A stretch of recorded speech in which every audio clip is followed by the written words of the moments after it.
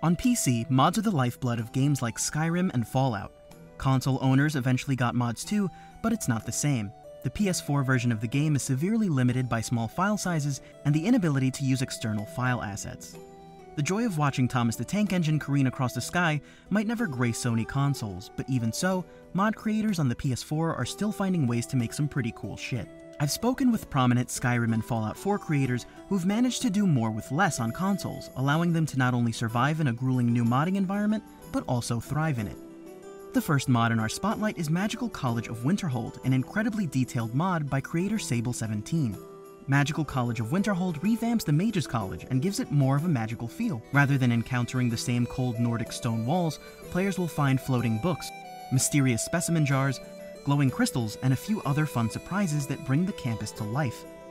Sable also reorganized the student dorms to reflect what actual young mages might need to study the arcane. When I asked Sable why they chose to mod on consoles given all the restrictions, they told me that they saw the fandom's bummed reaction and decided to have a go at it anyway. The goal was to give them fancy mods of their own so console players would feel special too. Maybe it would make folks happy, Sable17 remembers thinking at the time. As far as the restrictions I had to work with, it was honestly a lot of fun. I had to get creative with the assets, which gave me a challenge I enjoyed overcoming.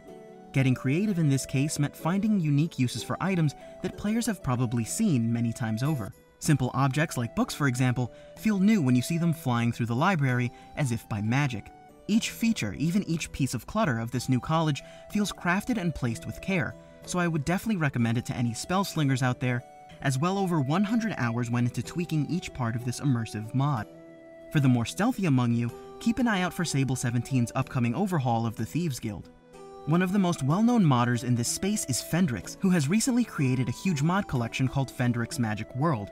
One of the mods that make up this compendium is Magic Evolved, which adds over 400 new spells to Skyrim, including new elemental archetypes and even new creatures for you to summon.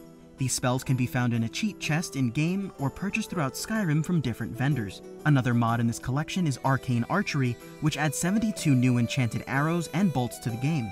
12 types, each with 3 different variations in strength. These fun new projectiles add even more diversity to combat. Each arrow has a unique magical animation and will be a perfect fit for the next battle mage or archer that you roll.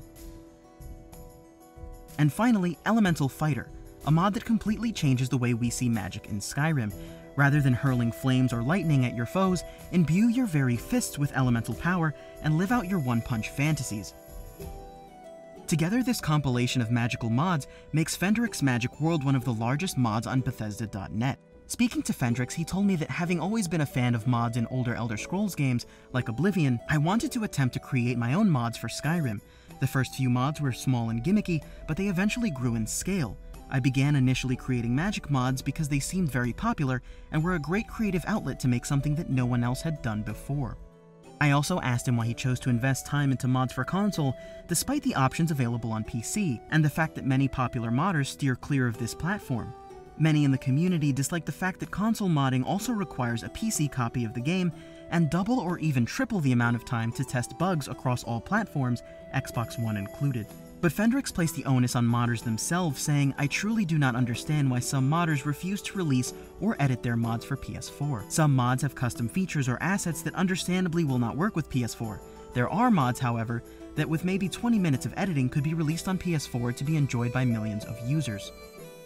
As Bethesda fans know, Skyrim isn't the only title that's faced modding challenges on console. Fallout 4 was actually second to receive modding capability despite being released first. This left some fans feeling slighted, but even so, there's still some great gems within the Fallout modding library. One such mod is Fallout 4 USO, which stands for Unlocked Settlement Objects. As the name implies, this mod unlocks objects and assets that were previously unavailable for players to craft in their settlements, all for the low cost of 1 bottle cap. With updated releases, USO allows players to craft assets from DLC like Far Harbor and Nuka World as well. The mod's creator, Andrew CX, started modding on PS4 for the challenge of creating mods within a new framework. His work has not only resulted in just over 3 million downloads on PS4 alone, he's also empowered console players to express their creativity and to build new, expansive settlements. I asked him about his opinion on the future of console modding and whether or not he thought it would become more commonplace. And he responded, "It's really enjoyable to create and share mods, provided there's a supportive environment, so I'd like to think that this becomes normal in many games. The challenge, of course, is that it's a cultural change for many large companies and potentially conflicts with the general move towards DLC and microtransactions.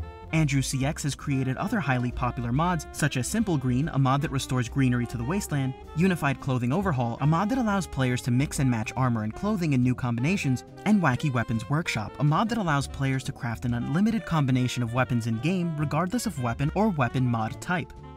Sony's restrictions on mods have no doubt changed the approach modders must take in terms of creation and execution, but as you can see, despite the strict rules put in place, modders have found a way to elevate these games and improve the player experience for the community at large.